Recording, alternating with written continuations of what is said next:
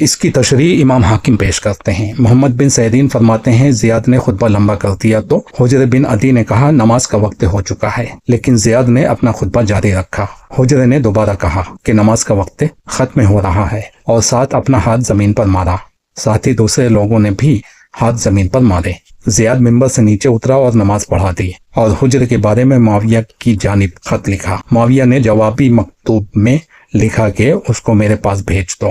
زیاد نے ان کو معاویہ کے پاس بھیج دیا۔ معاویہ نے ان کے قتل کا حکم دیا۔ جب ان کو قتل کے لیے لے کر جا رہے تھے تو انہوں نے نماز پڑھنے کے لیے کچھ دیر مہلت کا مطالبہ کیا۔ ان کو مہلت دی گئی۔ آپ نے 2 رکعت نماز پڑھی، پھر فرمایا میری بھیڑیاں مجھ سے نہ اتارنا اور نہ ہی میرے جسم سے میرا خون دھونا۔ مجھے میرے انہی کپڑوں میں کفن دینا، کیونکہ کل قیامت کے دن میرا تمہارے ساتھ جھگڑا ہوگا۔ راوی کہتے ہیں اس کے بعد ان کو قتل کر دیا گیا۔ ہشام کہتے ہیں محمد بن سیرین سے جب بھی شہید کے بارے میں پوچھا جاتا تو آپ حضرت حجر والا واقعہ سنایا کرتے تھے۔ مصنف ابن ابی شیبہ 11315 اور مستدرک حاکم 9581۔ یہ حدیث صحیح ہے۔ ضعیف حدیث اس سے 2 اوپر والی ہے، اس پر کلام ہوا ہے، اس پر جرا نہیں، یعنی 979 والی حدیث ضعیف ہے، 5981 والی حدیث صحیح ہے۔ اور باب قائم کیا ہے صحابہ کی معرفت کا بیان۔ زیاد بن ابی کا الحاق، مطلب یہ ہے کہ زیاد ایک ذہین اور ہوشیار شخص تھا۔ حضرت علی کے دور خلافت میں ان کا عامل تھا۔ معاویہ اپنی شاطرانہ سیاست کے لیے زیاد کو اپنے ساتھ ملانا چاہتے تھے اور انہوں نے زیاد کو خط لکھا کہ تم حضرت علی کو چھوڑ کر میرے پاس آ جاؤ، کیونکہ تم میرے باپ ابو سفیان کے نطفے سے پیدا ہوئے ہو۔ زیاد کے نسب نامہ میں اس کی ولدیت کا خانہ خالی تھا، اس لیے وہ زیاد ابن ابی کہلاتا تھا، یعنی جس کا کوئی باپ نہیں، ولد الزنا تھا۔ اسی لیے لوگ اسے زیاد بن ابی، یعنی زیاد جو اپنے باپ کا بیٹا ہے، کہہ کر پکارا کرتے تھے۔ حضرت علی کو جب معاویہ کی اس مکاری کا علم ہوا تو انہوں نے زیاد کو ایک خط تحریر کیا، جس میں انہوں نے لکھا مجھے معلوم ہوا ہے کہ معاویہ تمہاری طرف خط لکھ کر تمہاری عقل کو پھسلانا اور تمہاری دھار کو کند کرنا چاہتے ہیں۔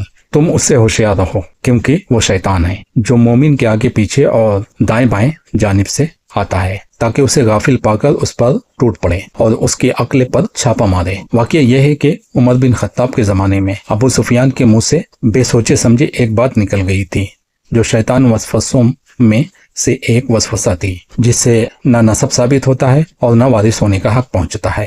جو شخص اس بات کا سہارا لے کر بیٹھے وہ ایسا ہے جیسے بز میں مے نوشی میں مبتلا بن بلائے آنے والا کہ اسے دھکے دے کر باہر کیا جاتا ہے، یا زین فرسے میں لٹکے ہوئے اس پیالے کی مانند ہے جو ادھر سے ادھر لڑکتا پھرتا ہے۔ نہج البلاغہ مکتوب 44۔